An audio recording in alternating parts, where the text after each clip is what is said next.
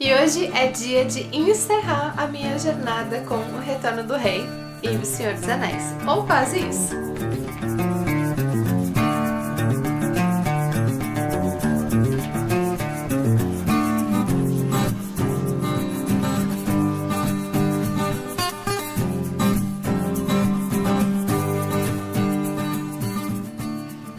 Oi gente, eu sou a Nini e se é a tua primeira vez por aqui, bem-vindo. Esse é o canal do meu blog, O Estante da Nini. Por aqui eu falo principalmente sobre livros, mas também de vez em quando sobre outros temas. Se gostar do vídeo de hoje, que é o encerramento da minha experiência de leitura com O Retorno do Rei, aproveito já para te convidar para se inscrever no canal, dar um like nesse vídeo e me acompanhar nas redes sociais e também acompanhar os posts lá do blog.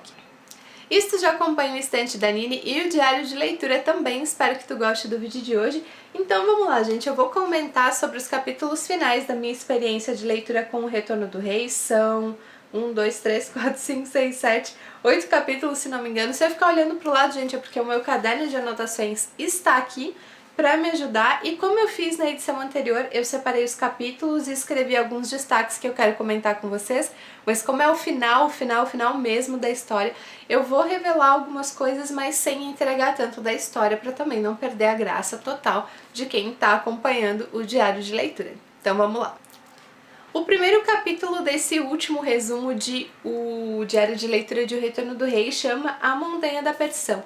Vocês lembram que eu comentei no vídeo passado que em alguns momentos da história eu pelo menos, fiquei me perguntando como é que algumas cenas envolvendo os hobbits, principalmente o Sam e o Frodo, puderam ser tão convenientes. E foi mais ou menos o que eu achei nesse capítulo também, mas acontece é que esse provavelmente é um dos momentos que fica mais evidente porque os hobbits estão na jornada e que faz o leitor se questionar se, claro que faz sentido eles estão ali, será que alguma outra raça da Terra-média teria a persistência, teria a força de vontade, a coragem que eles têm para seguir com a missão até o final? Então, ao mesmo tempo que é um capítulo que me deixou contrariada, eu acho que também mostra essa mensagem que o Tolkien quis passar, que existem pessoas e pessoas, povos e povos, cada um deles tem as suas qualidades e as suas diferenças, os seus problemas, mas que trabalhando junto todos conseguem aí um bem maior.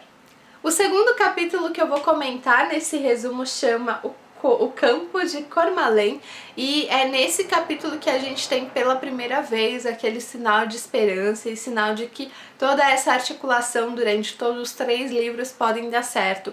É a primeira vez, principalmente em O Retorno do Rei, que fica evidente que o Sauron pode ter algum tipo de fraqueza ou que até os seus seguidores têm ali algum tipo de dúvida sobre essa dominação que ele quer impor em relação à Terra-média. Esse já é um dos capítulos de desfecho final e alguns de vocês comentaram nas redes sociais ou em vídeos que eu assisti sobre O Senhor dos Anéis que O Retorno do Rei tem 3 finais. E eu meio que senti isso também. Eu acho que o livro tem ali 3 etapas que, de certa forma, são 3 finais dentro da história.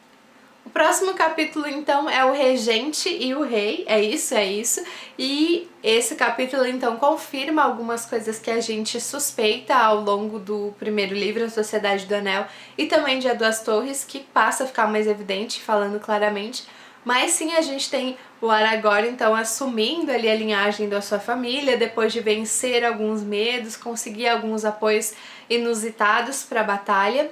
E a gente tem novamente ali a figura dos hobbits como personagens ilustres junto à corte, porque afinal cada um deles, o Sam e o Frodo, o Merry e o Pippin, eles conseguiram se destacar ali mesmo estando distantes dos outros, mesmo sendo subestimados várias vezes. Eu mesmo subestimei os hobbits várias vezes durante essa aventura, então foi bem legal também ver no final eles ali presentes e como homenageados como pessoas principais na história dessa guerra. O capítulo seguinte é muitas despedidas e, como o próprio título já entrega, já dá para imaginar então que depois de toda essa jornada, pelo que o livro conta, desde a saída dos 4 hobbits do condado até o final, foi mais ou menos um ano de jornada da aventura até a luta final. Quem conhece mais sobre O Senhor dos Anéis me confirma se é isso, já que é a minha primeira vez, mas com certeza no futuro vai rolar uma releitura. E é muito interessante ver como ao longo de vários momentos esses personagens sentiram saudade de casa ou sentiram saudade do que a Terra-média era antes de tudo isso começar, Só que na hora de voltar para ela, na hora de se reencontrar com o lugar de onde eles vieram, eles também ficam pesarosos, porque os amigos que eles fizeram, a jornada que eles passaram durante esse período provavelmente é algo que eles nunca mais vão viver, nunca mais vão experimentar dessa maneira na vida. Então, esse sentimento de alegria, de euforia até em alguns trechos pela guerra ter tido um desfecho, e essa possibilidade de voltar para casa, ela é repleta desses vários sentimentos contraditórios. O próximo capítulo é A Caminho de Casa, também um título autoexplicativo. Aqui a gente tem a jornada, principalmente dos hobbits, de volta ao condado. A gente, o leitor, nesse caso, quando eu falo a gente, junto com os hobbits, tem algumas surpresas. No começo de Senhor dos Anéis, a gente tem a impressão que o condado está muito distante de todo o resto daqueles grupos de pessoas, de sociedades. No decorrer do livro, a gente começa a ter alguns indícios de que as consequências chegariam até o condado, e aqui na reta final de O Retorno do Rei, a gente então tem, óbvio, isso como evidência que sim, as coisas também afetaram o condado, mesmo que para o contexto geral dali da Terra-média, de onde se passa a maior parte da história, tenha sido de uma forma um pouco sutil, mas o que me impressionou aqui é que pessoas de fora conseguiram corromper o condado, conseguiram destruir tudo aquilo que eles gostavam e transformar aquele lugar num lugar completamente diferente. O penúltimo capítulo, então, é o expurgo do condado, onde os 4 hobbits chegam e se deparam com essa situação e vão ter que ali enfrentar algumas situações bizarras, engraçadas e até peculiares. Tem alguns personagens que somem durante alguns capítulos, que reaparecem nesse trecho. Essa foi uma das partes que mais me surpreendeu nesse livro, porque eu não esperava reencontrar alguns desses personagens lá para as bandas do condado, mas faz todo sentido se a gente pensar quem são eles e por que eles foram se aproveitar de lá. Mas é muito engraçado, gente, que como existe uma diferença evidente da imagem que a gente tem dos 4 hobbits quando eles saem e quando eles voltam pro condado, porque eles resolvem essa situação com certeza muito mais fácil do que eles resolveriam no passado. Então é um dos meus capítulos favoritos desse livro. E pra encerrar, gente, esse trecho do diário de leitura, porque eu ainda vou fazer o vlog sobre o filme, que na verdade eu já assisti umas 3 vezes na TV, mas eu vou gravar o decorrer dele pra vocês, contando como é que tem sido a experiência. Vou sentar com calma, vou observar tudo, porque na TV a gente sempre acaba perdendo alguma coisa, né? Quando faz algum intervalo não dá pra fazer pausa. Enfim, voltando então pro último capítulo desse livro, que é Os Portos Cinzentos. Esse capítulo, ele é bastante simbólico, porque na verdade eu esperava um final um pouco mais trágico para o Senhor dos Anéis. Ele é um final bem positivo, se a gente levar em conta ali, teve toda uma desgraceira, mas que algumas pessoas sobreviveram a ela e que pessoas vão poder continuar.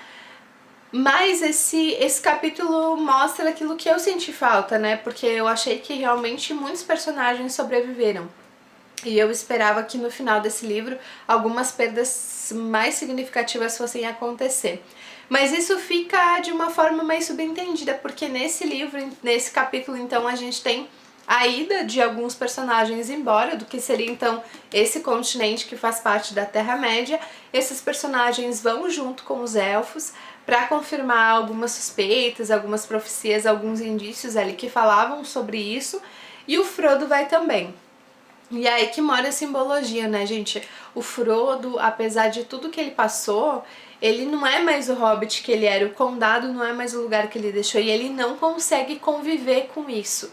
Ele volta por um tempo, ele entende que a presença dele ali é relevante, mas chega um determinado momento que ele precisa seguir adiante, que ele precisa fazer uma escolha, porque ele não consegue mais viver como se a vida dele tivesse continuado do dia que ele foi embora do condado. Então, mesmo que o livro não tenha tido essas perdas trágicas que eu imaginei, ele tem isso de uma forma até mais dolorosa, né? Esses personagens não morreram, mas eles ficaram marcados para sempre com algumas coisas que eles nunca vão conseguir esquecer.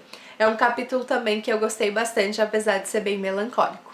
Bom, gente, então é isso que eu gostaria de comentar com vocês sobre os capítulos finais de O Retorno do Rei. Aliás, me contem se vocês querem um vídeo separado com, por exemplo, 5 motivos para ler a trilogia O Senhor dos Anéis, que eu faço um compilado aí das principais coisas que eu comentei ao longo do diário de leitura e faço pra, né, quem não pôde, quem não quis assistir todo o diário, pra ter aí alguma noção, pra quem também quer recomendar esse vídeo pra algum amigo que tá naquela dúvida entre ler ou não O Senhor dos Anéis. Como eu falei, eu volto com o vlog do filme pra encerrar toda essa etapa, toda essa jornada aí dos últimos meses com a trilogia do Tolkien, mas desde já digo que eu gostei muito, esperava um final um pouco mais trágico, não foi o final que eu imaginei, mas no geral me deixou bem satisfeita com o desfecho da história, e apesar ali de alguns tropeços, alguns momentos mais arrastados, eu gostei muito dessa leitura e sem dúvida recomendo. Comenta aqui embaixo se tu já leu O Senhor dos Anéis ou se tu já assistiu os filmes, porque eu sei que tem toda uma galera que é fã dos livros ou fã só dos filmes, mas é fã desse universo de Senhor dos Anéis. Comenta se tu já tentou ler, como é que foi a tua experiência, se tu está lendo também, como é que está sendo por enquanto a tua experiência. E se tu quiser deixar alguma sugestão de outra trilogia, outro livro para ganhar diário de leitura aqui no Estante da Nini, deixa aí nos comentários também. Isso no futuro, gente, também vai rolar pauta de um vídeo que eu vou falar aí algumas fórmulas diferentes que eu gostaria de fazer para o diário de leitura. Ufa, falei bastante, é isso e até o próximo vídeo. Tchau, tchau!